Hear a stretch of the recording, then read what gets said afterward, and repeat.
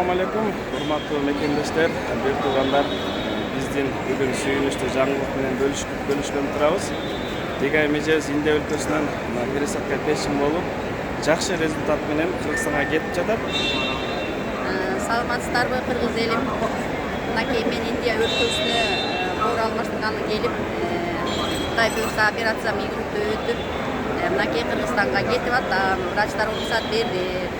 Мен үчүн дуа кылган, батасын берген, жардам берген жалпы мусулмандарга, жалпы кыргыз элиме, орус улутундагы, Дунган улутундагы мусулмандын баарына тең мен абдан ыраазымын өздөрүнүн атынан. Биз Кыргызстанга учуп баратабыз. Мен аябай толкунданып атам. Бардыгыңыздарга Аллахым ыраазы болсун. Алла разы болсун, бир туугандар. Бегай меже аман эсен жетип алыңыздар. Жолуңуздар Аллах таалам ачык кылсын. Эч качан оорубаңыз, күлүп жайнап эле жакшылап болуп жүрө бериңиз.